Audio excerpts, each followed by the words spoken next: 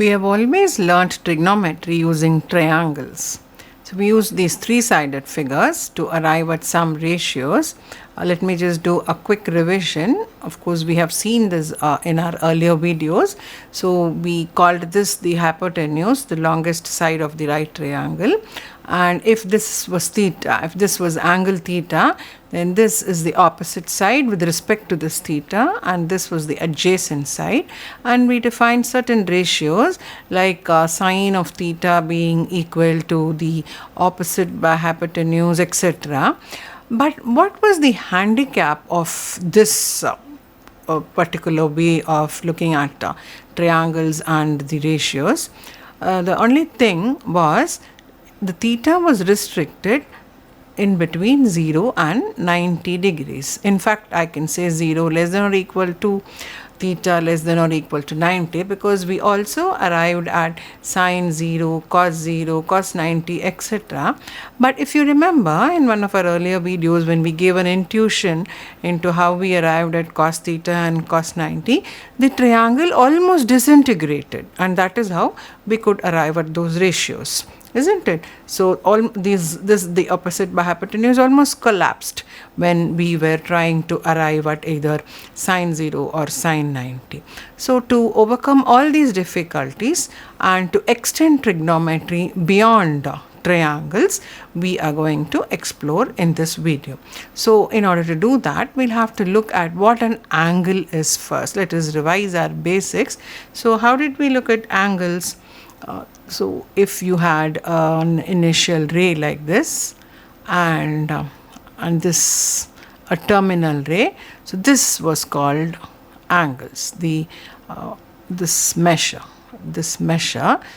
is said to be an angle formed by these two rays. So if OA was my initial side and OB was my terminal side, then this was called angle BOA. This is how we started learning angles, isn't it? Now, how did we arrive at an angle around a point? How much is the angle around a point? What is the measure? Suppose you are tracing this path. If you're around a circle, you're tracing this path.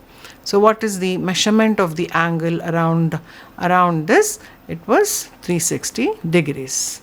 This is what we've been learning since our earlier school days. It is the total one complete rotation is 360 degrees, right? And why was this 360 arrived at? Did we ever think about it? Did we ever ponder upon this issue? And why was 360 degrees an angle around a point? So this is said to be 360, right? This complete full revolution, the rotation around the circle, around a point is 360. Why was it so? It was just an arbitrary number, and 360 was easily divisible by many other numbers, like 2. 360 is easily divisible by 2, by 3, by 4, by 5, by 6, not by 7 of course, by 8, by 9, 10, not by 11, 12 and so on. So this was chosen, and also it is mentioned that the earlier Babylonian calendars had 360 days.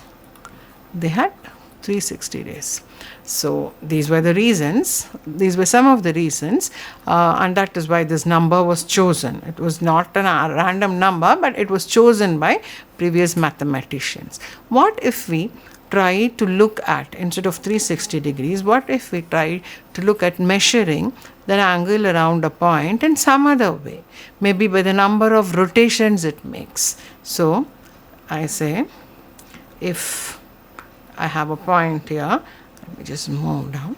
If I have a point here, and what if I redefine the measurement of the angle around this point? So let me say that this half a rotation. So let's just assume that half the rotation, let me call this angle as pi, meaning this is my initial ray and my terminal ray completes one half this rotation, and let me call this pi. So just taking pi, I could have taken anything. We could have taken a constant k or a constant c or a l or whatever, but just taking pi for some reasons, of course, but I'm not going to say the reason now. It would be too, it will take a very long time. Let's reserve a separate video for this. Let's just assume that this half a rotation is pi. So if I call this O, angle AOB or angle BOA is equal to pi. So what if I take half of it? Suppose here. What would this angle be? So let me draw a separate line for that. So what would this angle be? If half a rotation was pi, then half of half the rotation would be pi by 2. Right? So of course, pi being a straight line, you would have noticed by now that pi is equal to 180 degrees, and here pi by 2 would be equal to 90 degrees. Our conventional measurement of angles, 90 degrees, 180 degrees, etc. So you would understand it better if I relate pi to whatever we used to measure. And what about pi by 4? If I divide pi by 2 into 2 equal halves, each of them would become pi by 4. Right. So what if this OA was the initial ray, and what if you complete 1/2 a rotation and again an half, that is one complete rotation, it would be pi plus pi, right? This is, since half is defined as pi, which comes here, so if I come again, it becomes 2 pi. So this angle would measure 2 pi. So 2 pi would be equal to 360 degrees. Right? And if I have to show you some more angles just for better understanding, so this is pi by 2, and yeah, I talked about half of pi by 2.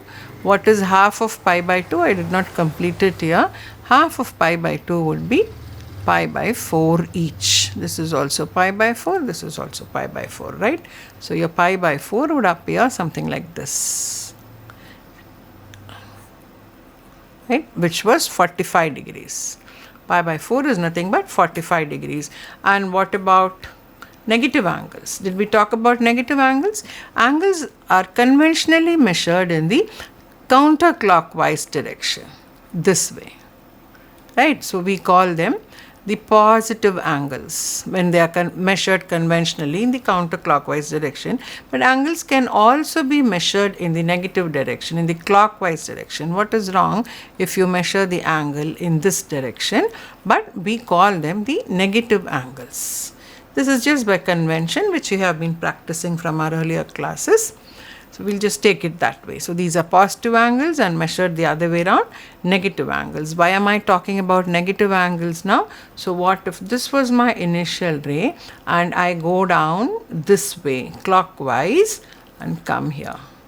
So this angle would be minus pi by 2, right? So we are able to measure. Beyond triangles, we are able to measure all the angles, minus pi by 2.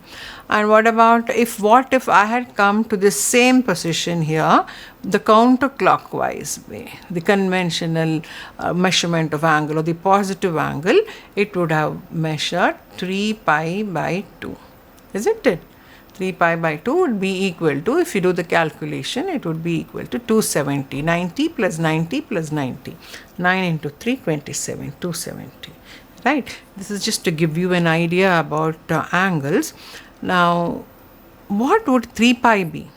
Where would 3 pi be? And where would 4 pi be? Can you think of these angles now? One complete rotation is 2 pi, isn't it?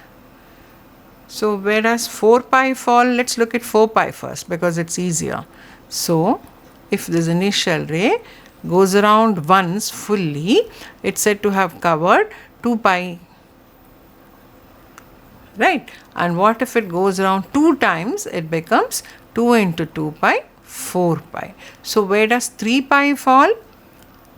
Think about it till we meet in our next video and arrive at an answer. Try to arrive at an answer. Of course, we'll get it cleared in our next video where we formally define what this pi is. You will see that this intuition will be very helpful for you when we define what this pi is actually. I hope you followed.